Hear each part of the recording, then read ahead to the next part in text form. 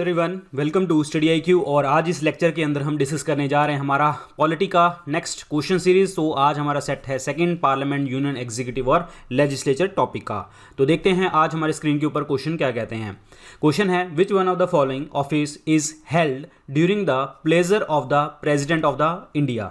यानी कि भारत के राष्ट्रपति की जो प्रसन्नता के दौरान निम्नलिखित में से कौन सा ऐसा कार्यालय है जो आयोजित किया जाता है। कहने का मतलब ये है कि वो अपना ऑफिस जो होता है प्रेसिडेंट की मर्जी के अकॉर्डिंग ही चलता है। तो वो ऑफिस होता है आपका गवर्नर ऑफ द स्टेट, यानी कि राज्यपाल। एक राज्य का राज्यपाल जो होता है वो अपॉइंट किसके द्वारा किया जाता है, वो राष्ट्रपति द्वारा किया जाता है, प्रेसिडेंट द्वारा। और प्रेसिडेंट जब तक चाहें तो ये राज्यपाल रह सकता है। और जो गवर्नर है, गवर्नर की राज्यपाल की जो नियुक्ति है, अपॉइंटमेंट है, वो प्रेसिडेंट करता है। इनको हटा भी सकते हैं और इनको हटाने का जो रिमूवल का प्रोसेस है वो कहीं पे भी नहीं लिखा हुआ कि किस तरीके से इसको हटाया जा सकता है। राष्ट्रपति जब चाहें इसको हटा सकते हैं। तो आंसर इज सी ऑप्शन। अब यहां पे देखिए जी, वाइस प्रेसिडेंट। वाइस प्रेसिडेंट कभी भी जो है अपॉइंट नहीं किए जाते। आई मीन टू से वाइस प्रेसिडेंट का सिर्फ और सिर्फ इलेक्शन होता है। Vice president is not appointed by the president. जैसे प्रेसिडेंट को अपॉइंट नहीं कर सकता कोई और वाइस प्रेसिडेंट को भी अपॉइंट नहीं कर सकता। इनको इलेक्ट करके चुना जाता है और इनकी शपथ होती है, दैट्स इट। ठीक है। चीफ जस्टिस ऑफ इंडिया को प्रेसिडेंट अपॉइंट करते हैं और चेयरमैन ऑफ यूपीएससी को भी प्रेसिडेंट अपॉइंट करते हैं, ये ध्यान रखना है। तो आंसर इसका C option. Controller and auditor general is appointed by. Bharat के नियंत्रण एवं महालेखा परीक्षक जो होता है वो किसके द्वारा अपॉइंट किए जाते हैं। मैंने आपको बताया था कि कैग का जो आर्टिकल नंबर है वो 148 है। इंडिपेंडेंट अथॉरिटी है, जो इंडिपेंडेंट का मतलब आज़ाद है, किसी के अधीन नहीं है, किसी को जवाबदेही नहीं है। 6 ईयर के लिए इनका चुना जाता है। 65 ईयर मैक्सिमम एज होती है और रिटायरमेंट ले लेते हैं। और कैग जो होता है, जितने भी अकाउंट्स होते हैं गवर्नमेंट के, उसको ऑडिट करता है और प्रेसिडेंट को ये दे देता है। तो ये बात है जी, कैग इज अपॉइंटेड बाय, तो वो अपॉइंट किए जाते हैं प्रेसिडेंट द्वारा। Right answer is A option, very important. All the executive power in the Indian constitution are vested with. ये क्वेश्चन मैंने आपको इन वन फॉर्म और द अनदर फॉर्म मैंने आपको डिस्कस किया था कि हेड ऑफ द स्टेट कौन होता है। हेड ऑफ द स्टेट, जो executive head of the state होता है, executive head of the state, यानी कि राज्य का कार्यपाल जो अध्यक्ष होता है वो आपका कौन होता है, दैट इज प्रेसिडेंट। और प्रेसिडेंट जो होता है, प्रेसिडेंट के नाम पे ही सारे डिसीजन लिए जाते हैं अंडर आर्टिकल 53। मैंने आपको बताया था पिछले लेक्चर में भी। तो आंसर क्या बनेगा इसका, बी ऑप्शन। बट अगर आपसे पूछा जाए कि रियल एग्जीक्यूटिव कौन है, जो असली जो डिसीजन लेता है वो कौन है, वो आपके प्रधानमंत्री होते हैं। और प्रधानमंत्री किसको चेयर करते हैं, प्रधानमंत्री किसकी मीटिंग में मतलब हेड होते हैं, वो काउंसिल ऑफ मिनिस्टर की जो काउंसिल ऑफ मिनिस्टर होते हैं, काउंसिल ऑफ मिनिस्टर का पार्ट होते हैं। और उनकी मीटिंग्स को चेयर करने वाले भी कौन होते हैं, प्राइम मिनिस्टर होते हैं, मतलब प्राइम मिनिस्टर उनके हेड होते हैं। तो आंसर इज बी ऑप्शन क्या बनेगा, राइट आंसर बनेगा। नेक्स्ट है, impeachment process of the president of India is adopted from. देखिए, इंपीचमेंट, भारत के राष्ट्रपति का महाभियोग की प्रक्रिया जो है हमने कहां से स्टार्ट करी है। हमारे राष्ट्रपति की जो इंपीचमेंट है, महाभियोग है, आर्टिकल 61 में लिखी गई है। और इसका रीजन क्या बताया हुआ है, वायलेशन ऑफ द कॉन्स्टिट्यूशन। जाने के अगर वो हमारे संविधान को वायलेट करता है, खराब करता है, तो ये वायलेशन ऑफ द कॉन्स्टिट्यूशन कहीं पर लिखा नहीं गया कि हाँ इसका मतलब क्या है। जस्ट हम वायलेशन ऑफ द कॉन्स्टिट्यूशन को लेकर चलते हैं। 1/4 सदस्य किसी भी सदन से, लोकसभा या राज्यसभा से बिल स्टार्ट करते हैं। लोकसभा राज्यसभा से जो पास होता है बिल, वो स्पेशल मेजॉरिटी 2/3 से बिल पास होता है। तो इस तरीके से प्रेसिडेंट को हम हटा सकते हैं। लेकिन ये प्रोसेस हमने लिया है यूएसए से। तो आंसर इज ए ऑप्शन क्या बनेगा, राइट आंसर बनेगा। अब यूएसए से हमने जुडिशियल रिव्यू का कॉन्सेप्ट लिया है, इंडिपेंडेंस ऑफ जुडिशरी का कॉन्सेप्ट लिया। देखिए, हमारी न्यायपालिका आजाद है, रिटन कॉन्स्टिट्यूशन, लिखित संविधान, प्रियम्बल, प्रस्तावना, और जो है इतने सारी जो चीजें हैं हमने यूएसए से ली हैं। यूके की अगर मैं बात करूं तो रूल ऑफ लॉ जाने के कानून का जो है अधिकार है, रूल है। और सिंगल सिटीजनशिप, जाने के भारत की नागरिकता का कॉन्सेप्ट हमने यहां से लिया है। और रिट कॉन्सेप्ट भी हमने यहां से लिया है, very very important. By cameral legislature का मतलब ये होता है द्वितीय विधान पालिका का कॉन्सेप्ट भी हमने यूके से लिया है। यूएसएसआर, जाने के सोवियत यूनियन, रशिया, इससे हमने फंडामेंटल ड्यूटी, भारत के मौलिक कर्तव्यों का काम और 5 ईयर प्लान का कॉन्सेप्ट हमने यहां से लिया था। और फ्रांस से हमने 3 वर्ड लिए थे और जो इनके रेवोल्यूशन में भी हेल्प करे थे, 1789 में रेवोल्यूशन हुआ था। और ये 3 वर्ड हमने प्रियम्बल प्रस्तावना में डाले हैं। वो कौन से हैं, दैट इज कॉल्ड इक्वालिटी, समानता, इक्वालिटी जो है इक्वालिटी, लिबर्टी मतलब आज़ादी, एंड फ्रेटर्निटी यानी कि जो है भाईचारा। इसमें एक्चुअली वर्ड सीरीज में ये होता है लिबर्टी, इक्वालिटी एंड फ्रेटर्निटी, ये आपको याद रखना है। लिबर्टी, इक्वालिटी एंड फ्रेटर्निटी ये वर्ड होते हैं प्रीएम्बल के अंदर लाइन में, ठीक है। और इसका मतलब क्या होता है, लिबर्टी मतलब आज़ादी, आपको लिबरल लॉ करो, इक्वल समानता, फ्रेटर्निटी दैट इज भाईचारा। तो answer is A option is the right answer. Pocket veto, president of India can keep a bill for how much duration. Pocket veto का मतलब क्या होता है, देखिए जो है प्रेसिडेंट के पास कोई बिल चला गया, ठीक है, बिल चला गया, बिल क्या होता है, एक प्रपोजल होता है और इसके ऊपर जब डिस्कशन होती है वो आपका मोशन कहते हैं। अब जब डिस्कशन होगी तो सारे हाउसेस से पास करके, लोकसभा राज्यसभा पास करके प्रेसिडेंट के पास चला जाएगा यस करने या नो करने के लिए। अगर प्रेसिडेंट ना तो यस कह रहे हैं ना तो नो कह रहे हैं, दोनों में से कोई जवाब नहीं दे रहे, तो वो एक्चुअली कौन सी चीज यूज कर रहे हैं, वो वीटो पावर यूज कर रहे हैं, that is called pocket veto. और इसका कोई भी टाइम पीरियड नहीं होता, तो this is for the indefinite period, that is D option is the right answer.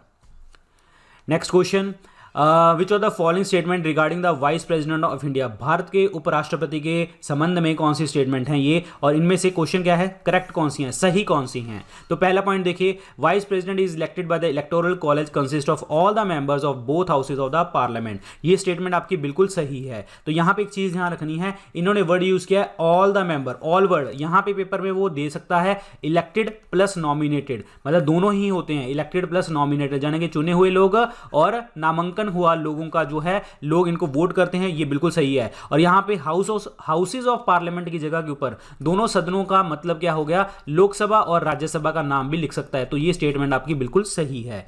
दूसरा है, the constitution is silent about a person who is the duty of the vice president during the period of vacancy. देखिए क्या होता है कि जब vice president कभी कहीं पे चला जाए, जब वाइस प्रेसिडेंट की सीट खाली है, तो इसका वैसे तो कोई काम ही नहीं होता, मैंने आपको बताया वाइस प्रेसिडेंट के पास कोई भी काम नहीं जुड़ा हुआ कॉन्स्टिट्यूशन में। वाइस प्रेसिडेंट को जो होता है वो एक्स ऑफिशियो चेयरमैन होता है, किसका, राज्यसभा का एक्स ऑफिशियो चेयरमैन होता है, राज्यसभा का चेयरमैन होता है। अब जब राज्यसभा का चेयरमैन एब्सेंट है तो वो क्या करता है कि जो डिप्टी चेयरमैन होता है ना, वो उसको चेयर कर लेता है, यानी कि उनकी मीटिंग को संभाल लेता है। तो वाइस प्रेसिडेंट के ऑफिस के साथ कोई भी काम संबंधित नहीं है। तो ये भी आपका पॉइंट बिल्कुल सही है कि कॉन्स्टिट्यूशन इसके ऊपर चुप है, तो ये भी स्टेटमेंट सही है। तो answer is C option, both 1 and 2। Next question, how many maximum terms a person can serve as a prime minister. देखिए एक प्राइम मिनिस्टर कितने टाइम बन सकता है, इन अनलिमिटेड टाइम या unlimited time, that is no limit. क्योंकि अगर हम देखें जवाहरलाल नेहरू जी जो है सबसे लॉन्गेस्ट सर्विंग, जो है हमारे लॉन्गेस्ट सर्विंग प्राइम मिनिस्टर रहे हैं अभी तक के, लॉन्गेस्ट सर्विंग, ठीक है। अप्रॉक्सीमेटली 16-17 साल के करीब जो है इन्होंने जो है प्राइम मिनिस्टरशिप जो है इन्होंने रही है इनकी, क्योंकि 1947 से 1964 के आसपास इनकी डेथ हुई थी, तो इतना साल जो है इन्होंने ही संभाली थी, ठीक है। तो जवाहरलाल नेहरू जी जो हैं वो इतना लॉन्ग टर्म में रहे हैं, तो इसलिए इसका कोई भी लिमिट नहीं है। शक्ति स्थल इज रिलेटेड टू होम। जो शक्ति स्थल है वो क्या है, एक्चुअली मेमोरियल है, किसकी याद में जो मनाया जाता है।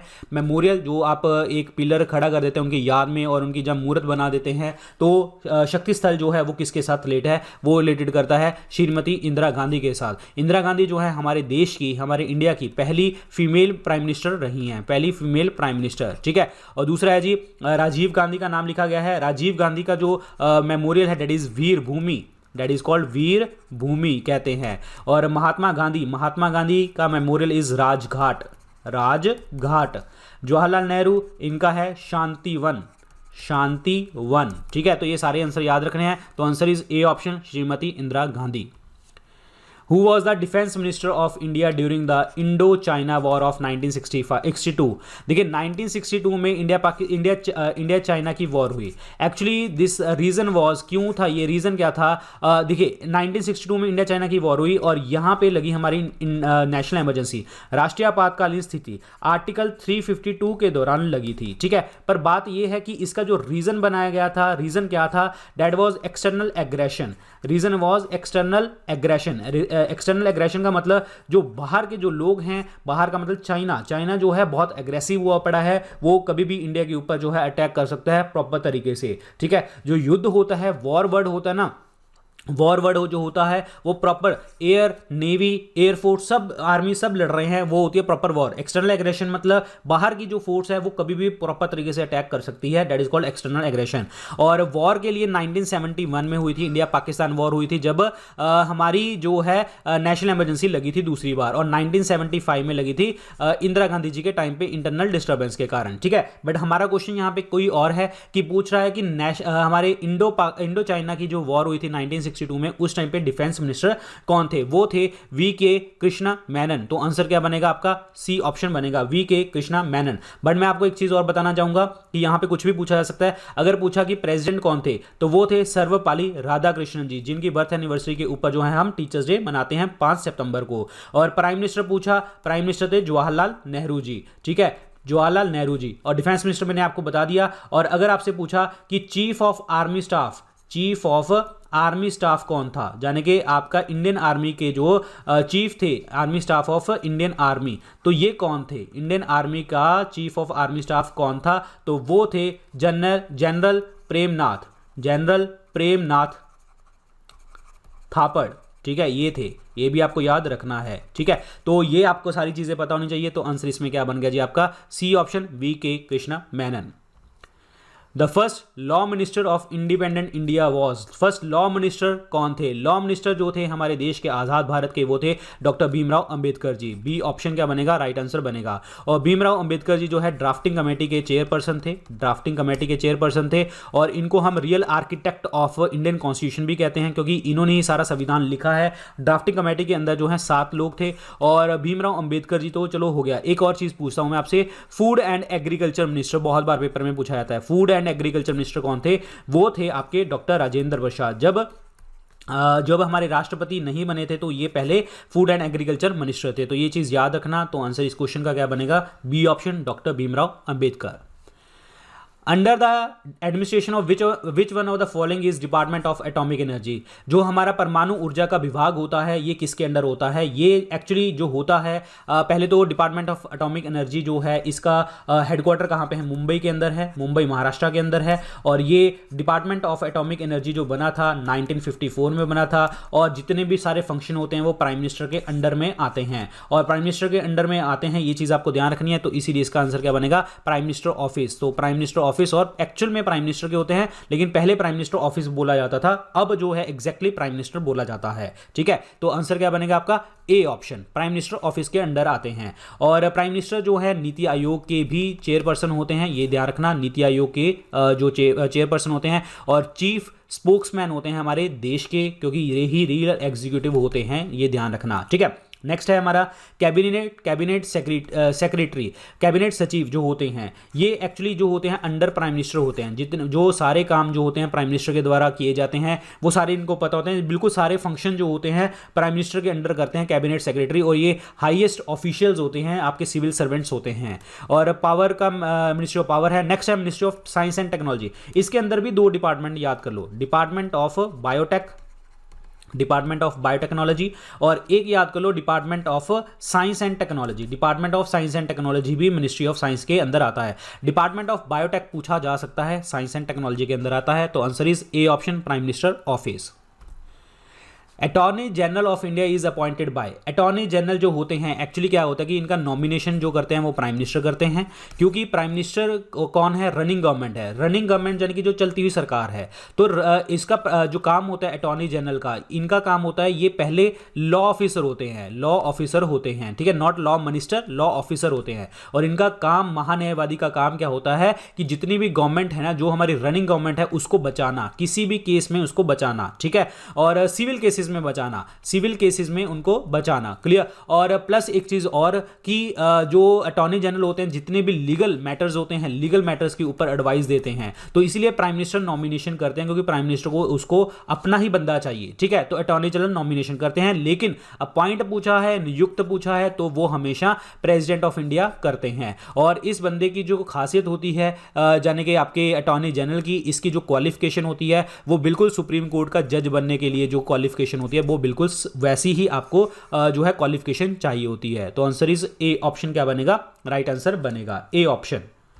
नेक्स्ट है which non members can participate in the business of the either house of the parliament. ये कौन होता है जी ऐसा नॉन मेंबर? देखिए मैंने अभी आपको बताया था अटॉर्नी जनरल जो होते हैं नॉमिनेट होते हैं प्राइम मिनिस्टर द्वारा और अपॉइंट किए जाते हैं प्रेसिडेंट द्वारा, और यही एक ऐसे ऑफिसर होते हैं जो कभी भी पार्लियामेंट में आ सकते हैं। इनको बोलने का हक है वहां पे, इनको सुनने का हक है, इनको किसी से कोई एडवाइस देने का लेने का सबका हक है, लेकिन ये वोट नहीं कर सकते। क्यों? क्योंकि ये जो पर्सन हैं ये मेंबर नहीं है पार्लियामेंट के, और इनको बुलाया इसीलिए जाता है कि अगर कोई लीगल टर्म्स के ऊपर कोई पर्सन मिनिस्टर नहीं बता पाता तो अटॉर्नी जनरल उसके बारे में पूरी व्याख्या करता है। तो आंसर क्या बन गया आपका? C option, attorney general of India, that is महान्यायवादी। इसीलिए इसको हम क्या कहते हैं कि ये जो है ये होलसम मेंबर नहीं है। किसका मेंबर नहीं है? गवर्नमेंट के, मतलब गवर्नमेंट इंप्लॉय नहीं है प्रॉपर तरीके से। इसकी जब जरूरत पड़ती है तब, और ये गवर्नमेंट को बचाता है किसमें? सिविल केसेस में गवर्नमेंट को ये बचाता है, जो कोई भी मिनिस्टर के अगेंस्ट सिविल केस दर्ज होता है, और किसी भी कोर्ट के अंदर ये जाएगा और उसको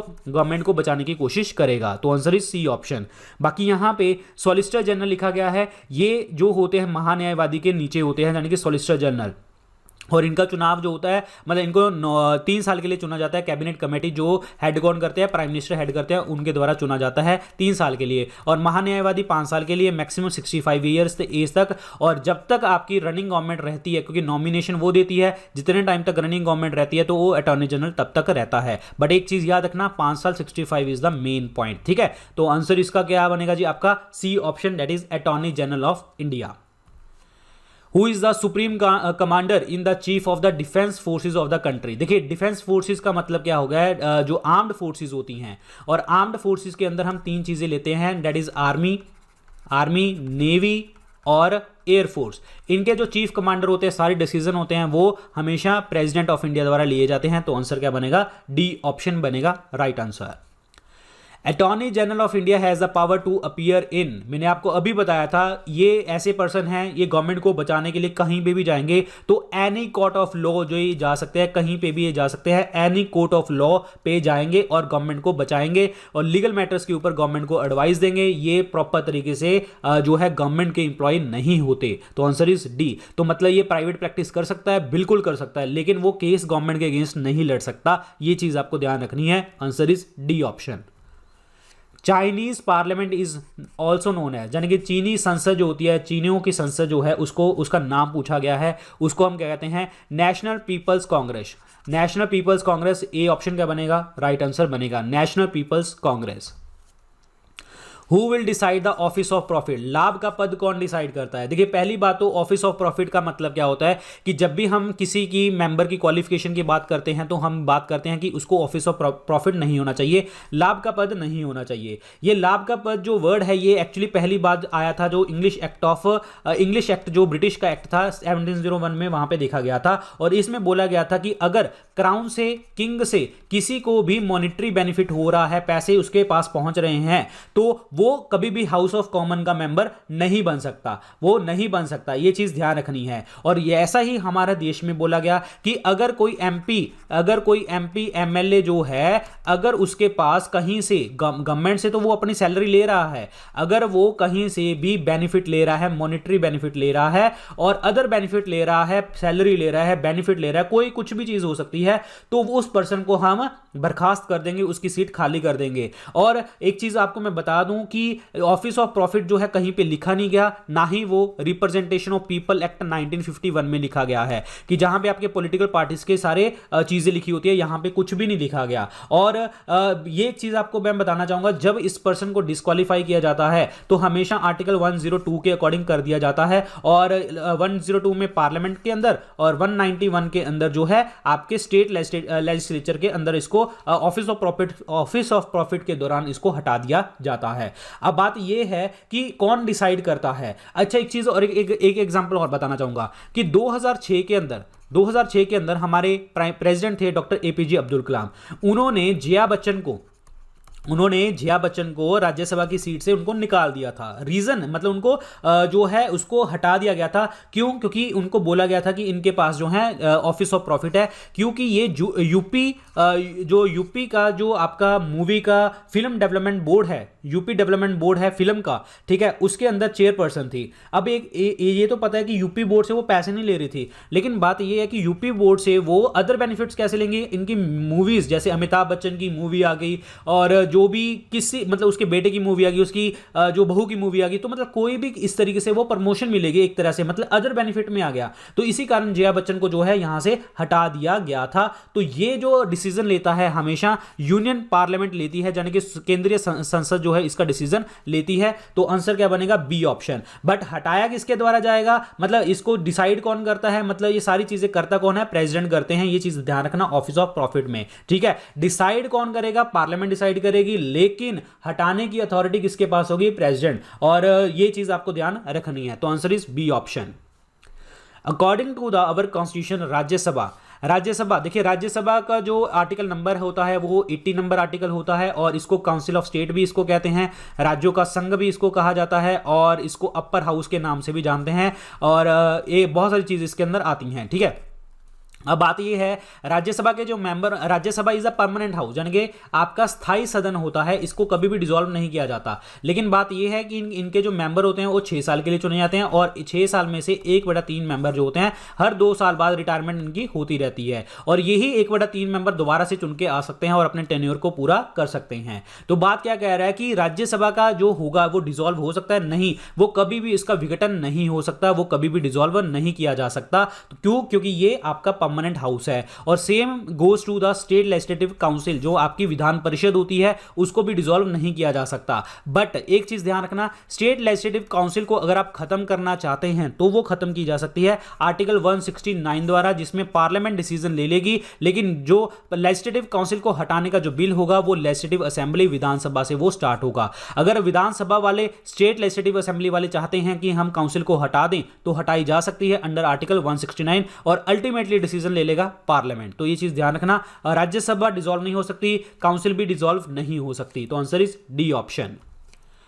union budget is always presented first in. देखिए, क्वेश्चन बड़े सिंपल से होते हैं, लेकिन हमें एक्सप्लेनेशन में ज्यादा ध्यान देना है। यूनियन बजट जो होता है, पहली बात तो इसको हम एनुअल फाइनेंशियल स्टेटमेंट कहते हैं, यानी कि पूरा का पूरी सालाना वित्तीय स्टेटमेंट जो होती है, कहां से पैसा आएगा, कहां पे पैसा जाएगा, वो सारी एनुअल फाइनेंशियल स्टेटमेंट कहते हैं। आर्टिकल 112 के अंदर आता है, और यूनियन बजट वर्ड तो हमारे देश में कहीं पे कॉन्स्टिट्यूशन में लिखा ही नहीं गया। अब बात यह है कि वहां पे लिखा गया है एनुअल फाइनेंशियल स्टेटमेंट, बोलते हम यूनियन बजट होते हैं। और इसको प्रिपेयर करने वाली अथॉरिटी कौन है? डिपार्टमेंट ऑफ इकोनॉमिक अफेयर्स जो है इसको तैयार करती है। और ये जो तैयार करती है, जो करंट ईयर चल रहा है उसके नेक्स्ट ईयर तक जो है ये इसको तैयार करती है। और जो इसको अप्रूव किसके द्वारा किया जाता है? अप्रूव प्रेसिडेंट करते हैं, लेकिन प्रेजेंट कौन करता है? तो presented by finance minister of India. Present कौन करता है? फाइनेंस मिनिस्टर, लेकिन बनाता कौन है? इकोनॉमिक अफेयर्स का डिपार्टमेंट। और इसको अप्रूव कौन करता है? प्रेसिडेंट अप्रूव करता है।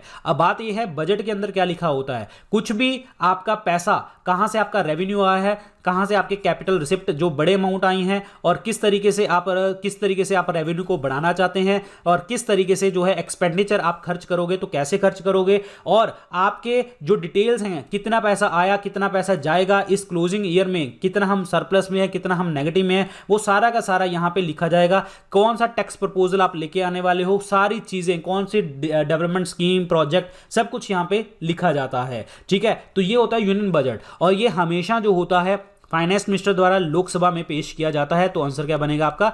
ए ऑप्शन बनेगा। अच्छा, एक चीज और मैं आपको बताना चाहूंगा, जो बजट वर्ड है ये फ्रेंच वर्ड है एक bouquet, that is called bouquet, ठीक है, यहां से लिया गया है, और जिसका मतलब होता है स्मॉल बैग। और प्लस यूनियन बजट जो है, पहली महिला किसने पेश किया था? अगर पहली महिला पूछा तो इंदिरा गांधी जी ने पहली महिला थी जिन्होंने पेश किया था। और 2019 में जो है निर्मला सीतारमण जी जो हैं दूसरी लेडी बनी थी जिन्होंने यूनियन बजट पेश किया था, और आगे फ्यूचर में हो सकता है कि और भी आ जाएं, ठीक है। और दूसरी बात यह है कि पहला बजट अगर पूछा, फर्स्ट बजट जो है इंडिया का इंडिपेंडेंस के बाद, तो 26 नवंबर 1947 को पेश किया गया था। और इसको उस टाइम पे जो थे आर के आर के शनमुखम, ये आपके उस टाइम पे क्या थे, आर के शनमुखम चेट्टी, ये जो फाइनेंस मिनिस्टर थे उस टाइम पे 26 नवंबर 1947 को देश की आज़ादी के बाद पहला बजट पेश किया गया था। तो बहुत सारी चीज़ें मैंने आपको इसके अंदर बता दी हैं, तो answer is A option, Lok Sabha. The state-wise allocation of the seats in the Lok Sabha is based on the 1971 census. Up to which year does this remain intact? देखिए क्या कहता है कि जितनी भी लोकसभा की सीटें हैं, लोकसभा की सीटें हैं वो 1971 के सेंसस के अकॉर्डिंग जो है आपकी फिक्स कर दी गई थी। और ये कब तक फिक्स कर दी गई थी? देखिए मैं आपको एक चीज बताता हूं, दो तीन चीजें हैं यहां पे, इस क्वेश्चन को थोड़ा सा ध्यान से समझना है। एक अमेंडमेंट हुई थी 84th अमेंडमेंट एक्ट 2001, ठीक है। अच्छा, 1971 के अकॉर्डिंग यहां पे 25 साल के जो है सीटें फ्रीज कर दी गई थी, मतलब आगे नेक्स्ट 25 साल के लिए फ्रीज कर दी गई थी। जो है मैं अभी आपको बताता हूं 25 साल के कैसे। देखिए 84th अमेंडमेंट एक्ट 2001 हुआ था, जिसमें इन्होंने बोल दिया कि हम लोकसभा की सीटें और स्टेट लेजिस्लेटिव असेंबली की सीटें नहीं बढ़ाएंगे। कहां तक? अगले 25 सालों तक हम नहीं बढ़ाएंगे, कहने का मतलब 2026 तक नहीं बढ़ाएंगे। और जब ये सीटें जो होंगी 84 अमेंडमेंट के अंदर जो सीटें इन्होंने रखी थी वो कौन से सेंसस के अकॉर्डिंग रखी थी? वो सेंसस रखी थी आपके 1971 के अकॉर्डिंग। क्लियर? 1991 के अकॉर्डिंग जो है रखी थी। ध्यान से समझना, मैं दोबारा रिपीट कर रहा हूं। अब देखिए इन्होंने क्वेश्चन पूछा है कि लोकसभा की सीटें की एक्सटेंशन जो है कब तक रिमेन इंटैक्ट रखी गई है। तो पहले तो आंसर सीधा याद करो कि 2026 तक इंटैक्ट है, ठीक है। और अब याद करते हैं कि हमारा, जस्ट ए सेकेंड, हाँ, अब हम याद करते हैं कि जो है हमारी जो सीटें हैं वो कैसे रिजर्व रखी गई। दो अमेंडमेंट हुई थी, 84 अमेंडमेंट हुई थी, एक 87 अमेंडमेंट हुई थी। 84 अमेंडमेंट एक्ट जो हुई थी वो हुई थी 2001 में, और 87 अमेंडमेंट एक्ट हुई थी 2003 में। 84 अमेंडमेंट के अकॉर्डिंग जो सीटें हैं वो 2026 तक ही आपकी फिक्स रहेंगी, और 87 के अकॉर्डिंग भी 2026 तक ही फिक्स रहेंगी, मतलब आपकी सीटें नहीं बढ़ेंगी। बट बात क्या है कि 2001 में बोला गया था कि ऐसे करो, जो आपकी पॉपुलेशन है, पॉपुलेशन के अकॉर्डिंग आप एरिया बदलते हैं ना, आप क्या करो कि 1971 वाला एरिया छोड़ के, 1971 वाला सेंसस छोड़ के 1991 वाला सेंसस के अकॉर्डिंग आप पॉपुलेशन को डिस्ट्रीब्यूट करके एमपी एमएलएस की जो है एरिया बढ़ा दो, ठीक है। अब ये बोला था क्या था 2001 में, लेकिन 87 अमेंडमेंट एक्ट 2003 हुआ, जिसमें बोला गया आप ऐसे करो, सीटें तो आप 2026 तक ही रख लो, मतलब 2026 से पहले नहीं बढ़ने वाली, लेकिन आप ऐसे करो कि 2001 का जो सेंसस है ना उसके अकॉर्डिंग जो है आप पॉपुलेशन के अकॉर्डिंग जो है एमपी एमएलएस को नियुक्त कर दो, वो कितने एरिया का एमएलए है और कितने एरिया का एमपी है, तो इस तरीके से नियुक्त कर दो। ये बात ध्यान रखना। 2001 में बोला गया था 1991 सेंसस के अकॉर्डिंग, 2003 में बोला गया था 2001 के सेंसस के अकॉर्डिंग। तो आंसर इसका क्वेश्चन का क्या बनेगा? 2026, C option is the right answer. Next है finance bill of the Indian government is presented in. Bharat सरकार का वित्त विधेयक जो होता है प्रस्तुत किया जाता है कब? देखिए फाइनेंस बिल भारत सरकार का होता क्या है। पहले तो फाइनेंस बिल का मतलब क्या होता है, जैसे कि नाम आपको पता है कि जिसमें टैक्सेस होंगे, गवर्नमेंट एक्सपेंडिचर होगा, गवर्नमेंट की बोरिंग्स होंगी, कहां से पैसा उधार आता है, रेवेन्यू कहां से पैसा हमने जो है मतलब हमने जो आई मीन टू से कमाया, गवर्नमेंट ने कमाया, तो वो सारी चीजें जो है फाइनेंस बिल में लिखी जाती हैं। और फाइनेंस बिल हमेशा जो है लोकसभा में पेश किया जाता है। ये हमेशा बिल तब पेश होता है जब बजट पेश कर दिया जाता है, एनुअल फाइनेंशियल स्टेटमेंट पेश कर दी जाती है, उसके बाद जो है आपका फाइनेंस बिल जो है लोकसभा में आता है, और ये जो होता है हाउस द्वारा पास कर दिया जाता है। अब जो एक चीज आपको मैं बताना है कि फाइनेंस बिल जो होते हैं वो दो टाइप के होते हैं। एक तो जिसे हम कहते हैं मनी बिल, जिसे आप कहते हैं धन विधेयक बिल, आर्टिकल 110 के अंदर आता है, और दो होते हैं फाइनेंस बिल, दो होते हैं फाइनेंस बिल, फाइनेंस बिल ए, फाइनेंस बिल 1, फाइनेंस बिल 2। ये ध्यान रखना, मैंने यहां पे ध्यान रखना है क्योंकि मैंने एक्सप्लेनेशन में बहुत अच्छे से आपको बताना है,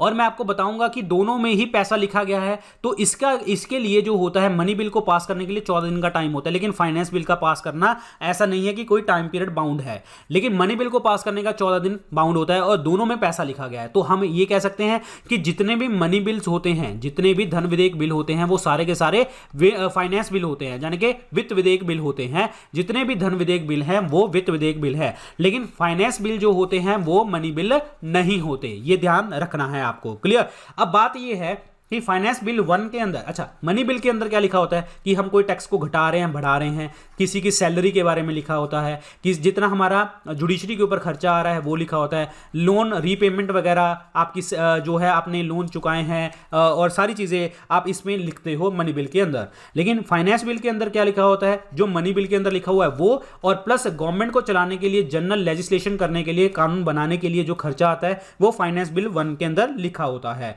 और एक चीज मैं आपको बताऊंगा, फाइनेंस बिल भी लोकसभा में आता है और जो आपका मनी बिल है ये भी लोकसभा में आता है। तो बस आपको एक चीज याद रखनी है कि ये जो दोनों जितने भी पैसे वाली चीजें होंगी वो हमेशा लोकसभा में आएंगी। ठीक है, एक चीज ध्यान से समझिए, अब मनी बिल को लेके आने के लिए प्रेसिडेंट की परमिशन की जरूरत होती है। पहले जब तक प्रेसिडेंट की परमिशन नहीं लोगे मनी बिल नहीं आएगा।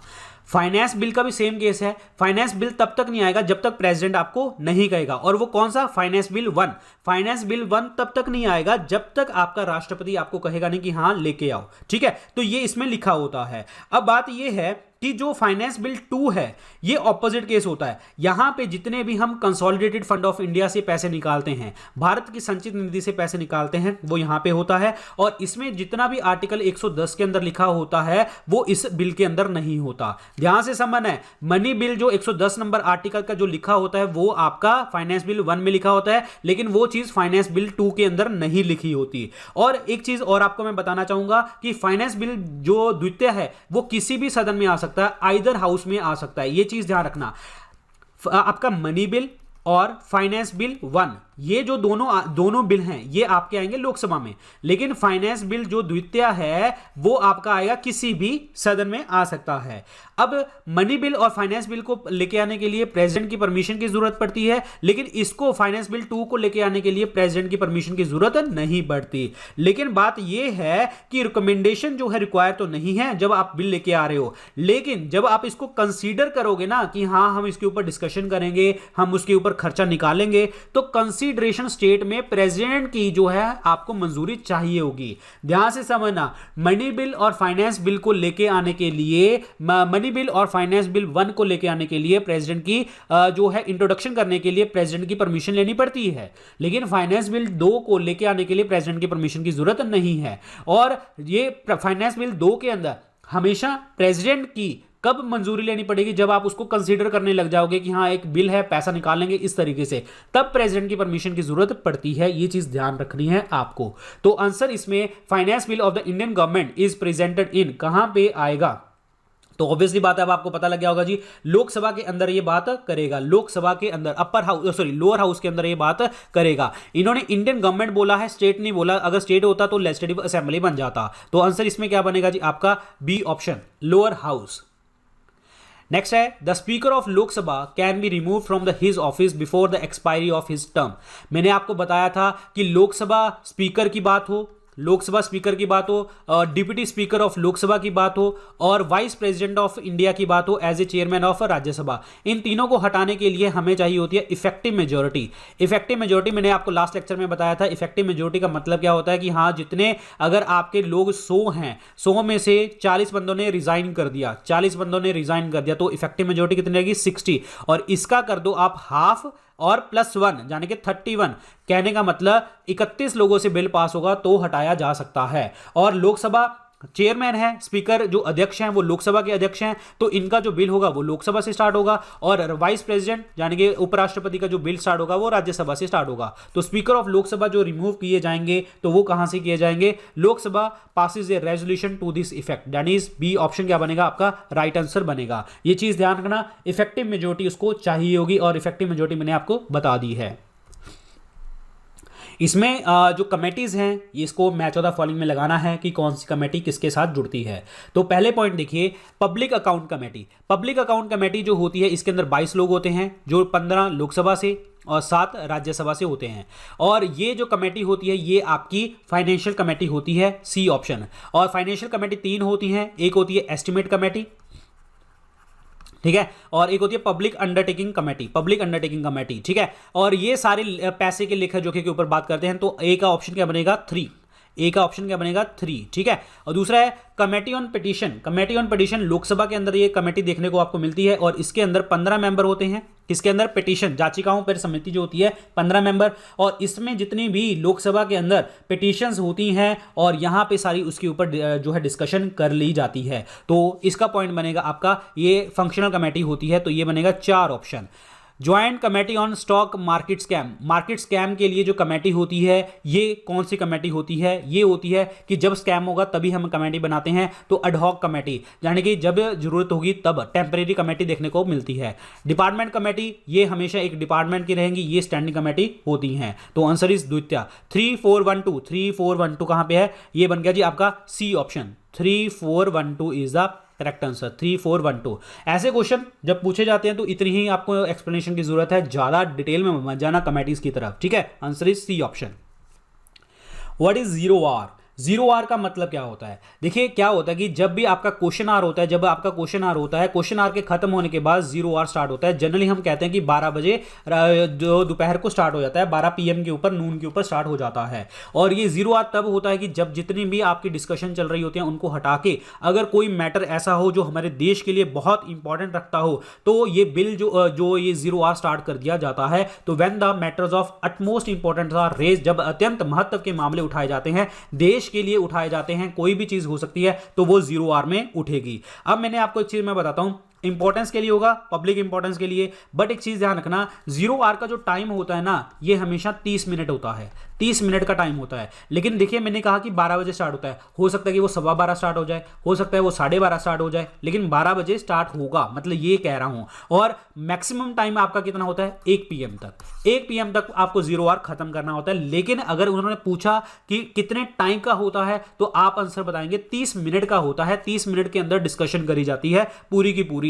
लेकिन हो सकता है वो 12 से 12:30 करे, 12:30 से 1 करे, मतलब ये आपको पता होना चाहिए। जनरली हम 12 बजे स्टार्ट कर देते हैं, मैक्सिमम 30 मिनट की डिस्कशन होती है। तो आंसर इज बी ऑप्शन। क्या बनेगा आपका इसका आंसर? बी ऑप्शन क्या बनेगा? राइट आंसर बनेगा। नेक्स्ट है a bill presented in parliament become an act after the. देखिए क्या होता है, एक दो चीजें हैं। एक होता है बिल। बिल क्या होता है? बिल मैंने अभी आपको बताया था कि एक प्रपोजल, कि हम इस तरीके से करना चाहते हैं, ये होता है एक प्रपोजल। जब इसके ऊपर डिस्कशन चलने लग जाए, डिस्कस करने लग जाओ, तो उसको हम क्या कहते हैं? मोशन कहते हैं। अब मोशन पास होगा लोकसभा से, राज्यसभा से। जब पास होगा तो किसके पास जाएगा? राष्ट्रपति के पास। राष्ट्रपति यस करेंगे, एसेंट करेंगे, एसेंट देंगे, यानी कि हाँ करेंगे, साइन करेंगे, तो वो क्या बन जाता है? एक्ट बन जाता है। जब तक राष्ट्रपति साइन नहीं करेंगे तब तक नहीं बिल जो है आपका एक्ट नहीं बनेगा। President has given its assent, that is B option. यहां बी और सी में कंफ्यूजन मत कर लेना, ठीक है। बी और सी में कंफ्यूजन मत कर लेना। President has given his assent, president minister ऐसा कुछ नहीं है, प्रेसिडेंट मिनिस्टर थोड़ा है। तो आंसर इसलिए क्या बनेगा आपका? बी ऑप्शन बनेगा, क्योंकि प्रेसिडेंट जो होता है ना तो वो लोकसभा का मेंबर है, ना वो राज्यसभा का मेंबर होता है। प्रेसिडेंट इज द इंडिपेंडेंट, मतलब अलग होता है, इंडिपेंडेंट तो नहीं कहेंगे, अलग होता है दोनों सदनों से। तो आंसर इज बी ऑप्शन। तो ये थे आज के लेक्चर के अंदर क्वेश्चन। हम नेक्स्ट सीरीज पार्ट 3 चलाएंगे नेक्स्ट क्लास में, तो देखेंगे कैसे है। तो क्वेश्चंस को याद करिए। क्वेश्चन आपको दिखने में सिंपल है, लेकिन ज्यादातर आपको एक्सप्लेनेशन की तरफ ध्यान देना है। एक्सप्लेनेशन अगर आपको पता है तो आपके कॉन्सेप्ट क्लियर होंगे, ये याद रखना। क्वेश्चन मत देखना कि सिंपल है, बेकार है, क्या है। पेपर में हुए क्वेश्चन है, लेकिन आपको कॉन्सेप्ट की तरफ ध्यान रखना है। तो thank you so much, good luck, take care.